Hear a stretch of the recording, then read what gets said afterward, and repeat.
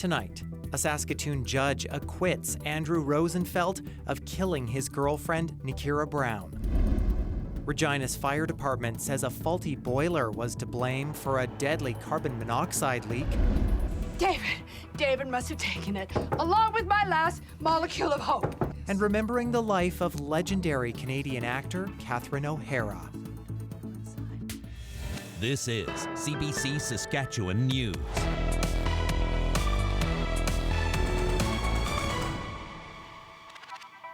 It is Friday, January 30th, and the CBC Saskatchewan News starts right now. I'm Ethan Williams. Thank you for joining us. A dramatic close to a 3-week judge-alone trial in Saskatoon Friday. The judge in the case has acquitted Andrew Rosenfeldt, who was accused of killing his girlfriend Nykera Brown in 2022. Aishwarya Duda has our top story.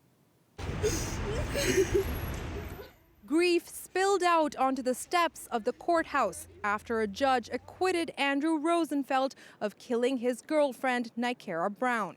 Inside the courtroom, Brown's mother screamed as she stormed out when the judge said she had no option but to acquit Rosenfeldt. He was found not guilty of second-degree murder. Brown was 20 years old when she died in November of 2022. It happened in this apartment on Avenue P South. Both Brown and Rosenfeldt had ties to the Terror Squad street gang. Court heard Brown left the apartment that night on a gang mission, but she came back to the apartment only to die of a single gunshot to the head. The defense argued Brown died by suicide after struggling with addiction and the loss of a child. The Crown argued Rosenfeldt killed Brown, afraid she would leave him and disrupt his drug dealing. They pointed to lies he told police, like hiding the gun used to kill her. But Justice Heather Macmillan Brown said lying does not equal guilt. And the question she faced was simple. Did the Crown prove Rosenfeldt was guilty beyond reasonable doubt? She says it did not. Outside court, Rosenfeldt's lawyer spoke about the case. Obviously, this was a very emotional trial. I feel terrible for Miss Brown's family. I personally believe that I was representing an innocent client, and in cases like that, it's very difficult. There's a lot at stake. A dramatic close to a 3-week judge-alone trial. Rosenfeldt entered the room in handcuffs, but walked out a free man. Aishwarya Duda, CBC News, Saskatoon. Regina Fire has now determined what caused a carbon monoxide leak in a downtown apartment building that killed a young boy. 11-year-old Henry Lasco died from carbon monoxide poisoning just before Christmas, and his father was taken to hospital in critical condition. The leak happened in their building at the corner of Albert Street and 11th Avenue. Regina's fire chief says the cause was confirmed after weeks of investigation. We have determined the cause and the source of that carbon monoxide leak was a boiler, and due to a critical failure of that boiler, and that boiler emitted significant amounts of carbon monoxide within the building, which migrated into the suites. Jackson says the examination of the scene is now complete and that the cause of the leak was accidental. Authorities can't yet confirm the last time the faulty boiler was inspected. A potential source for an important mineral has been found in Saskatchewan, and preliminary plans are underway to eventually bring it above ground. Premier Scott Moe was among those who joined Canadian Energy Metals Friday in Saskatoon. The company says a preliminary assessment has found nearly 7 billion tons of alumina near Tisdale. Alumina is a key component in aluminum, and CEM says the discovery of the mineral could be a game changer. It's also the first source of alumina found in Canada, and it could help boost the future of Tisdale, a town of about 3,000 people. Agriculture will always be our foundation. However, no rural community thrives by standing still. What defines Tisdale is our work ethic, our optimism, and our willingness to embrace new opportunities. CEM says the amount of alumina in the mineral field is equal to about a third of the world's known supply of it, but that doesn't mean a mine will be opening in the area anytime soon. The company plans to construct a demonstration plant this year, with further study needed before mining is considered.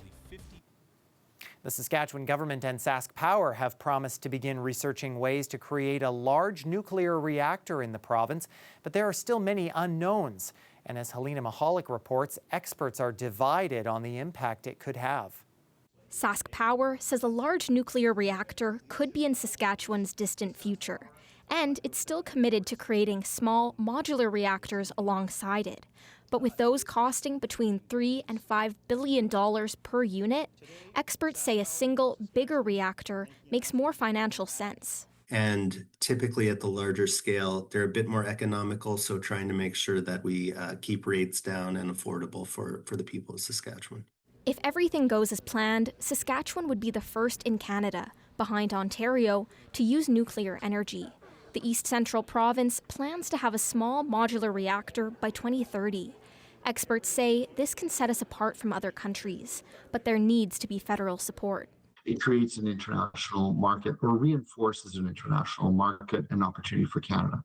But it really does need support by the federal government. Then there's the environmental impact. Advocates say wind or solar would be cheaper and more ecological. Like for hundreds and hundreds of years into the future, you've got to manage that radioactive waste site. You don't have those kind of problems with wind and solar, where the costs just keep coming down and are so much cheaper. And we've got an amazing sunlight resource here in the province. This idea was pitched before, in the early 90s, but it didn't go far due to the cost and worry around radioactive waste. When the idea came up again in 2008, Sask Power thought Lake Diefenbaker's large water supply would make a good site for it. But Preble says that spot is still concerning. There is inevitably things like tritium contamination of surface water. I think we rely on Lake Diefenbaker as a reliable source of drinking water for a very large portion of the province. It doesn't seem to me it's a good location to put a nuclear power plant. The government hasn't announced a possible location or a cost for the large reactor, but the Estevan area is expected to be home to the first small modular reactor. Helena Mahalik, CBC News, Saskatoon. Alberta's premier says she's taking Kitimat, BC off the table as an option for her proposed oil pipeline to the West Coast. Danielle Smith spoke to reporters at the First Minister's meeting in Ottawa Thursday. She said she made the decision because the route to the port would be too complex. The community was one of the options being considered for a future pipeline, but Smith now says there would be too many channels to navigate. The local Haisla Nation had opposed a bitumen pipeline through the area, which is what the pipeline from Alberta would have been carrying. The opposition NDP is calling on the federal government to reverse the closure of Agriculture and Agri-Food Canada satellite research farms in Saskatchewan.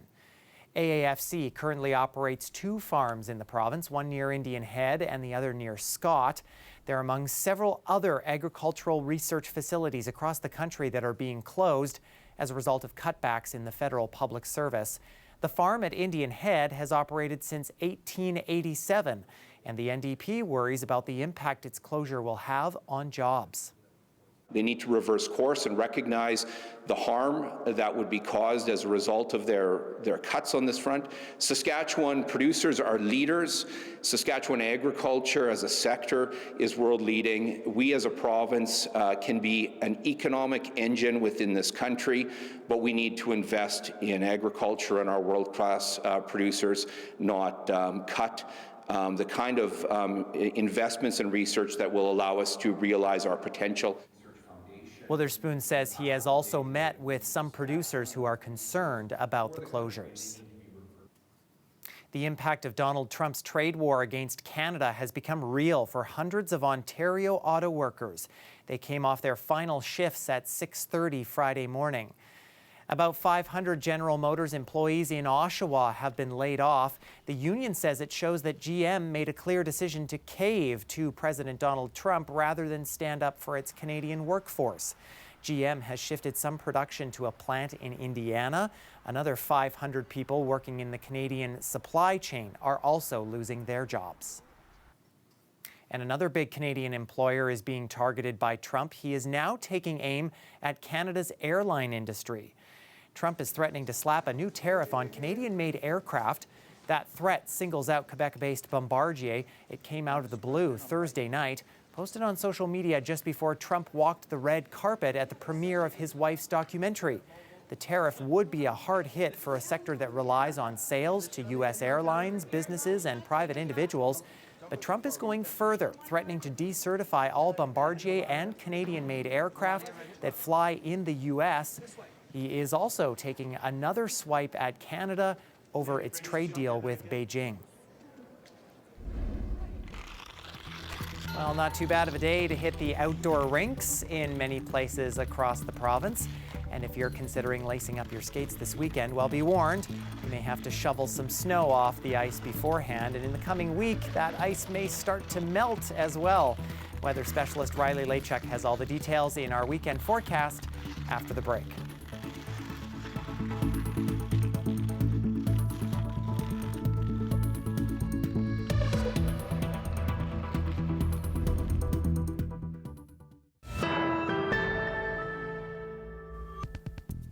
Beloved Canadian actor Catherine O'Hara has died.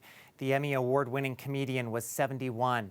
Here's Griffin Yeager with a look back at O'Hara's career and how she managed to capture both laughs and hearts. David!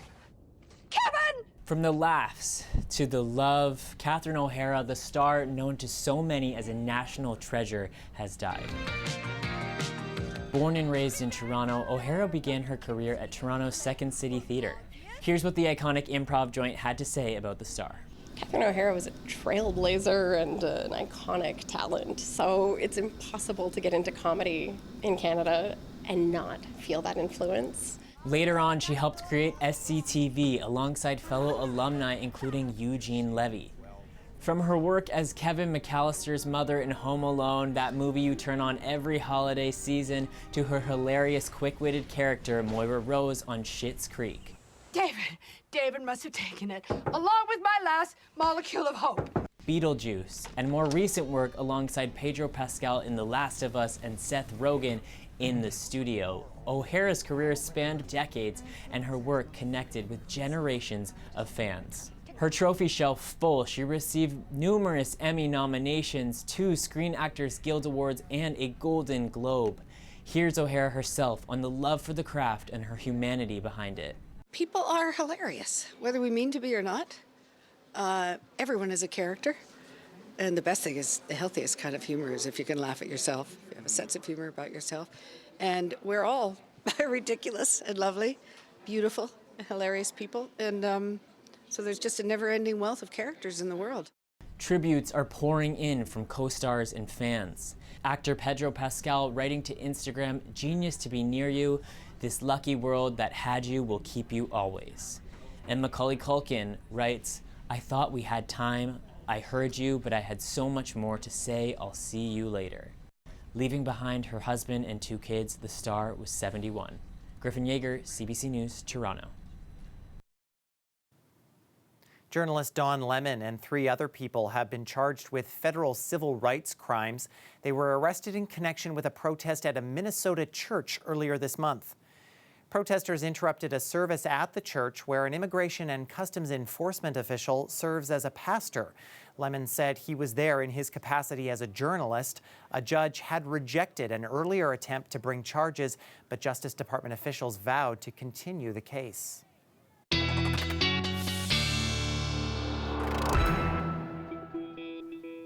Well, it seems as we've gone throughout the week here, the temperatures have been improving throughout much of the province, and we've managed to see some sunshine as well, as you can see out of our tower cam in Regina. Weather specialist Riley Lachuk joins us now for a look at the weekend forecast. Hi, Riley. Well, thanks, Ethan. Yeah, I'll talk temperatures in a moment. Certainly closer to seasonal for parts of the province and above seasonal for others, but as we get into the weekend, temperatures really start to surge here, but that also brings in a bit of active weather as we get through the next 24 hours or so until we get into the day on Sunday. So you can start to see the beginnings of that over the Rockies, a bit of a low pressure system forming, and that will usher in some snow, maybe even some rain in some cases. Certainly I'm expecting the possibility even for some freezing rain over the weekend. So we'll talk about that. Some peaks of sunshine through south and central today, some cloud cloud cover has started to build in as we've gotten throughout the afternoon hours. Okay, temperature-wise, though, -4 in Outlook, -3 in Swift Current. How about +1 in Maple Creek? But where we are still on the cold side of the jet stream, we are still into the -15 territory for Yorkton, -11 for Broadview to end the work week. So as we push into the weekend, temperatures generally on the upward swing as we get through Saturday into Sunday, and that trend holds in place as we get into the long range. So as we push into Saturday morning, you'll notice this low pressure system starting to develop and push into the province through the early morning hours. Along this warm front, we see some of this warmer air from the west intersecting with some of this much cooler air on the eastern side of the province. This does bring the risk of some freezing rain and a fairly widespread risk, really anywhere from the Battlefords right down to Estevan and Carlisle as we get through the morning hours. So that could ice things up as we get through the morning hours. On the back side of this, some rain, and still on the cold side of this, some snow for a good chunk of central and northern parts of the province as we get through Saturday. But as you can see, by the time we get into the afternoon, this is pretty much done. Then we're left with the mainly cloudy sky as we head into Sunday, and temperatures that will remain above seasonal as we start the next work week here before we see another round of this pushing in. This one a bit less potent, but nonetheless I'm expecting some flurries to start the work week on Monday. So the greatest likelihood of seeing that freezing rain, as I mentioned, through the Battlefords down through Kindersley, Saskatoon, Regina, a risk of some freezing rain, but the greatest risk being into far southern parts of the province, Carlisle, Estevan, Weyburn. Great likelihood that we'll see some icing as we get into the morning hours on Saturday. Snow-wise, pretty moderate snowfall totals, 5 to 10 centimeters for a good chunk of the north. Saskatoon, Regina, more like 2 to 4 centimeters. And temperature-wise, some of this will be mixing in with rain as we get through the afternoon hours on Saturday. So this is a snapshot at 4 p.m. Saskatoon, Regina, both at freezing. Maple Creek at +6 by the afternoon. In Regina, your long range looks like this, up to +1 by the afternoon. Bit of a dip, still above seasonal as we get through Sunday, Monday. There's another chance of some flurries there. And then we're back up above freezing toward the end of next week. And into Saskatoon, much the same at freezing. So more like snow, maybe a few raindrops in there, and very windy as we get through the day on Saturday. Brief dip into Sunday, Monday, Ethan, and then we're back up above freezing by late next week. Okay, thank you, Riley. One of the hottest shows streaming right now continues to be Heated Rivalry. The Canadian series focuses on two professional hockey players who develop feelings for each other. And for one Saskatchewan-born hockey player, the show has special meaning. He came out as gay to his teammates while playing college hockey in the U.S. and now plays in a 2S LGBTQ+ hockey league in Calgary. I was really happy to see it kind of blow up the way that it did, because when I first watched it, I basically I'd started reading the books, and then I wouldn't let myself watch past where I'd read. So I asked my friend's fiance, the one that recommended it, I'm like, where does this episode end? I need to make sure I catch up. Watching it, there was definitely periods where it's like, okay, that was like almost weirdly real, how you kind of hide it. And when I've been talking to people about the show, I always refer to the books as well, because honestly, the actors in it do a really, really good job, or the directors, whoever did it, but of kind of portraying the little bit of nuance and some of the thought that's really well laid out in the books. For a couple of years, had known, something was different, particularly related to my sexuality. But I wasn't really confident for a lot of years, honestly, probably till I was about 20. And I think a lot of that was because it wasn't okay to be gay in hockey. Somebody said something to me and I had had enough of it. And so I kind of snapped and I hit my breaking point, and I decided that I couldn't live like that any longer, and decided to come out to my team after our season that year. And then after that, I played my senior year out to my team, which went really well. And yeah, it was a difficult kind of scenario to have to be not forced out, but just recognizing that I couldn't live like that and I couldn't put my roommate through that. It was nice because then I could actually talk about my partner, who I'm still with today, and not kind of, just my friend, or kind of feel ashamed that I was seeing a man that I really cared about. The last major producer of frozen juice from concentrate says it's discontinuing the product in the next few months. Coca-Cola says declining consumer demand is why it's ending production of its Minute Maid line of frozen juices. That includes canned orange juice, along with Fruitopia fruit punch and 5 Alive juice blend. Stay with us. We're back after the break.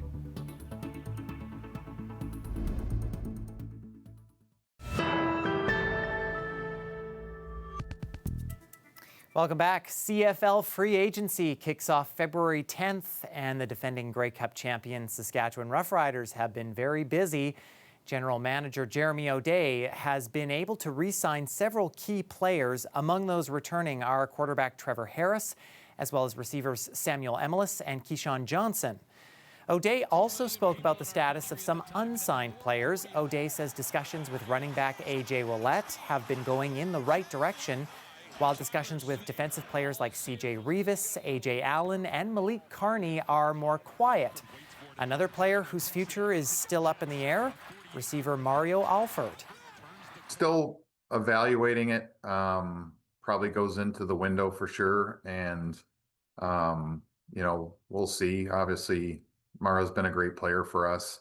Has some historic numbers for us that we don't forget about. But again, it has to fit. Alford, who turns 35 in February, has 7 career punt return touchdowns. He's also returned 4 kickoffs for touchdowns. The Greenville, Georgia native spent time with Toronto and Montreal before arriving in Saskatchewan. Backup quarterback Jake Mayer, who started for 2 games this past season, is also still unsigned.